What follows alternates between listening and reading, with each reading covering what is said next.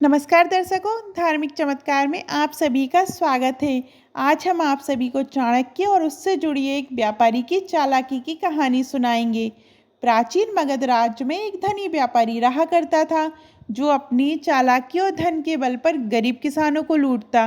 वह अक्सर छोटे किसानों को लुभावने वादों के साथ फंसाता और उनसे पैसे लेकर वापस न लौटाता। चाणक्य उस समय मगध के प्रमुख सलाहकार और न्यायप्रिय व्यक्ति थे और वे हमेशा न्याय के पक्ष में रहते थे। एक दिन एक गरीब किसान चाणक्य के पास अपनी फरियाद लेकर पहुंचा। किसान ने बताया कि वह अपनी जमीन की देखभाल करने में असमर्थ था, इसलिए उसने अपने खेत को कुछ समय के लिए उस व्यापारी को किराए पर दिया था। व्यापारी ने उससे वादा किया था कि वह उसे एक निश्चित राशि देगा, लेकिन जब किसान ने पैसे मांगे तो व्यापारी ने मना कर दिया और झूठा दावा किया कि उसने किसान से खेत खरीद लिया था। किसान को जब कोई और रास्ता ना सूझा तो उसने चाणक्य से न्याय की गुहार लगाई। चाणक्य ने उसकी बात ध्यान से सुनी और तुरंत किसान के साथ व्यापारी को दरबार में बुलवाया। दरबार में व्यापारी ने फिर से वही झूठ दोहराया और दावा किया कि उसने खेत खरीदा है। चाणक्य ने व्यापारी की बात सुनने के बाद कुछ देर तक विचार किया, फिर मुस्कुराते हुए कहा, यदि ये खेत तुम्हारा है तो तुम्हें इससे जुड़े सभी सवालों का जवाब देना होगा। मैं तुम्हारी परीक्षा लूंगा। चाणक्य ने एक योजना बनाई और किसान और व्यापारी दोनों को खेत पर ले गए। वहां पहुंचकर उन्होंने व्यापारी से कहा, यदि ये खेत तुम्हारा है तो ये बताओ कि तुमने इसमें कौन कौन सी फसलें उगाई हैं और कब कब सिंचाई की थी। साथ ही ये भी बताओ कि जमीन के किस हिस्से में सबसे अधिक उपज होती है। व्यापारी ये सुनकर घबरा गया, क्योंकि उसे खेत के बारे में कुछ भी नहीं पता था। उसने चाणक्य को टालने की कोशिश की, लेकिन चाणक्य ने उसे कड़ी नज़रों से देखा और कहा, यदि ये खेत सचमुच तुम्हारा होता तो तुम इसके बारे में आसानी से बता सकते थे। तुम्हारी असमर्थता से ये साफ हो रहा है कि तुम झूठ बोल रहे हो। व्यापारी के झूठ का पर्दाफाश होते ही उसने स्वीकार कर लिया कि उसने किसान को धोखा दिया था और जमीन उसकी नहीं है। चाणक्य ने व्यापारी को सजा दी और उसे आदेश दिया कि वह किसान को उसकी जमीन वापस कर दे और उसके साथ हुए अन्याय के लिए मुआवजा भी दे।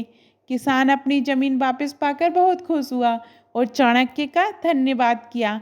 चाणक्य ने उसे आशीर्वाद दिया और कहा, हमेशा ध्यान रखो कि न्याय का मार्ग कठिन हो सकता है, लेकिन सच्चे मन से लड़ने वाली की सदा विजय मिलती है। असत्य और छल का जीवन में कोई स्थान नहीं है। ऐसे लोग कभी भी शांति और सुख से नहीं रह सकते। चाणक्य इस बुद्धिमानी से किसान ने न केवल अपनी जमीन वापस पाई, बल्कि न्याय की महत्ता को भी समझा। व्यापारी के छल का पर्दाफाश कर चाणक्य ने साबित कर दिया कि सत्य की हमेशा जीत होती है और न्याय के रक्षक का कोई भी छलावे में नहीं फंसा सकता। इस कथा से हमें ये शिक्षा मिलती है कि न्याय का पक्ष लेना और सत्य के लिए खड़ा होना हमेशा सही होता है।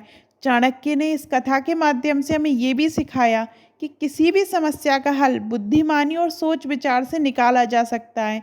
चाणक्य ने केवल अपने बौद्धिक कौशल का प्रयोग कर न केवल सच को उजागर किया, बल्कि किसान को न्याय दिलाया और व्यापारी के छल को भी विफल किया। इसके साथ ही ये कथा बताती है कि जो लोग झूठ और छल से काम करते हैं, वे अपने ही जाल में फंस जाते हैं। व्यापारी ने सोचा था कि वह अपने धन और छल से बच जाएगा, परंतु चाणक्य की समझ और न्यायप्रियता ने उसे मुसीबत में डाल दिया।